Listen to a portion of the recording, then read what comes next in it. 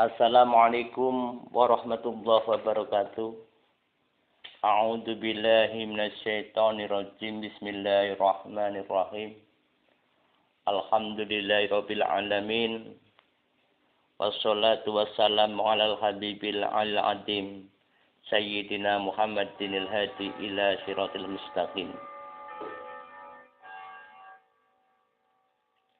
Para pemirsa, sahabat-sahabat dari channel Jamani dan para saudara-saudara kaum muslimin wal muslimat wal mukminin wal mukminat dimanapun Anda berada, Jamani menghadirkan sebagaimana biasa, yaitu menyejarahkan zuriyah baginda Nabi Muhammad SAW. Kali ini Jamani menerangkan yaitu sejarah mulai dari abad ke-7 sampai abad ke-11. Dikala abad ke-7 sampai abad ke-11, di saat itu dari zuriyah baginda Nabi Muhammad SAW itu digelari dengan julukan Syekh dari abad ke-7 sampai abad ke-11. Tahapan ini dimulai dengan munculnya yaitu Syekh Muhammad Al-Faqih Al-Muqaddam yang ditandai dengan berkembangnya yaitu ilmu tasawuf di saat itu. Ilmu bidang perekonomian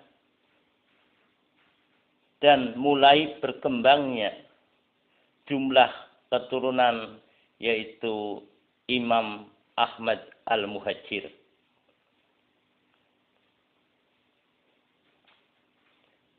Pada masa ini terdapat beberapa tokoh besar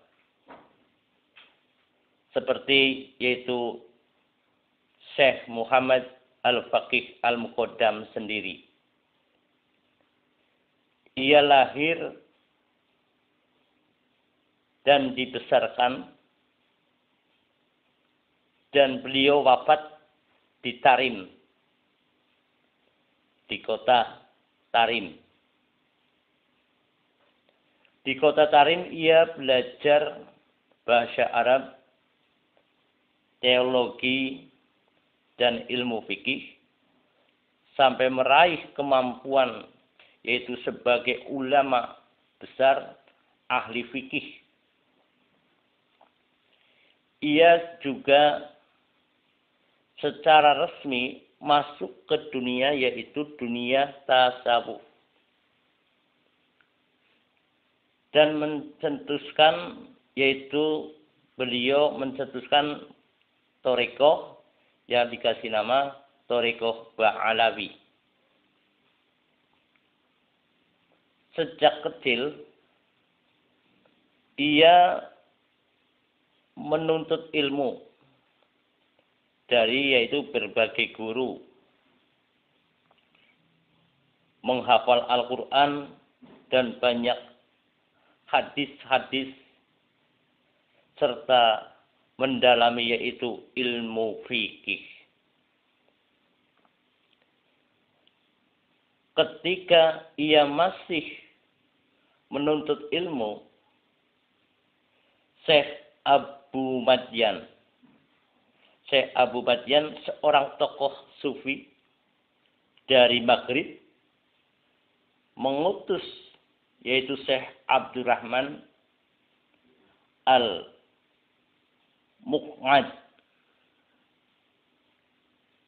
untuk menemuinya. Utusan ini yaitu utusan ini meninggal di Mekah sebelum sampai di Tarim. tetapi sempat menyampaikan pesan yaitu kepada gurunya agar yaitu Syekh Abdullah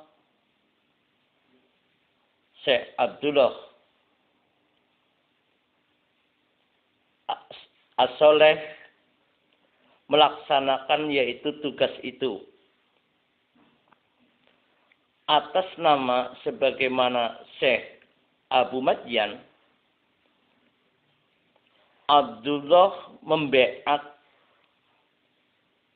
dan mengenakan yaitu hikoh berupa sepotong baju sufi kepada Imam Al-Faqih Al-Muqaddam. Walaupun menjadi orang sufi, ia terus menekuni ilmu fikih. Ia berhasil memadukan ilmu fikih dan ilmu tasawuf dipadukan, beliau berhasil. Serta ilmu lainnya yang dikajinya oleh beliau. Sejak itulah tasawuf dan kehidupan sufi banyak dianut dan disenangi di Hadramut saat itu. Terutama yaitu di kalangan yaitu Ba'alawi.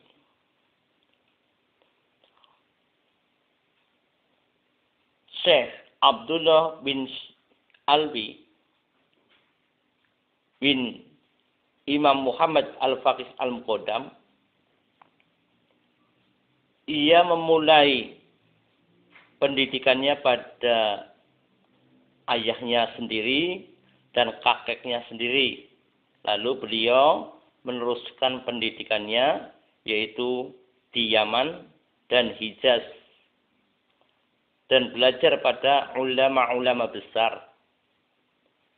Ia kemudian bermukim dan mengajar di Mekah dan Madinah di saat itu hingga beliau digelari yaitu Imam Haramain dan Mujadid. Abad ke-8 Hijriah, ketika saudaranya Imam Ali bin Alwi meninggal dunia, tokoh-tokoh Hadramut menyatakan yaitu bela sungkawa kepadanya sambil yaitu memintanya ke Hadramut untuk menjadi dai dan guru mereka.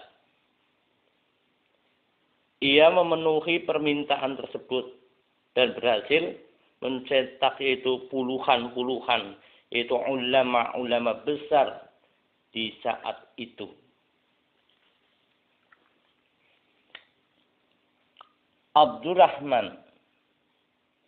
Said Abdurrahman Asyaqaf bin Said Muhammad Muladawilah bin Said Ali bin Said Alwi bin Said Muhammad Al-Faqih Al-Muqaddam.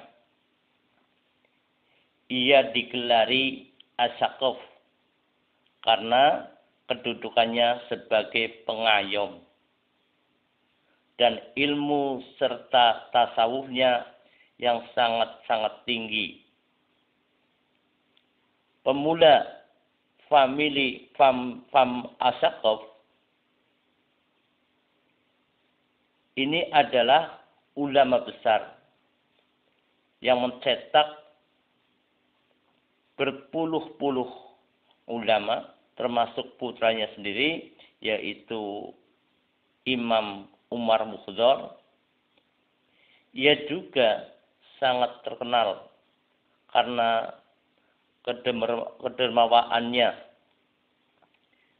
Ia mendirikan yaitu 10 masjid serta memberikan harta wakaf untuk pembiayaannya. ia juga memiliki yaitu banyak kebun kurma di saat itu. Umar Mukhdar bin Syed Abdurrahman Asy-Syaqqaf adalah imam dalam ilmu dan tokoh dalam ilmu tasawuf. Ia terkenal karena kedermawaannya, dermawan beliau. Ia menjamin nafkah beberapa keluarganya. Rumahnya tidak pernah sepi, yaitu dari tamu, banyak tamu beliau. Ia mendirikan 3 buah masjid. Menurut Imam Muhammad bin Imam Abu Bakar Asyili, ia telah mencapai al-mujtahid al-mutlaq dalam ilmu syariat. Ia meninggal ketika sujud dalam waktu sholat zuhur. Imam Abdullah Al-Idrus bin Imam Abu Bakar Asy-Syaqqaf bin Imam Abdurrahman Asy-Syaqqaf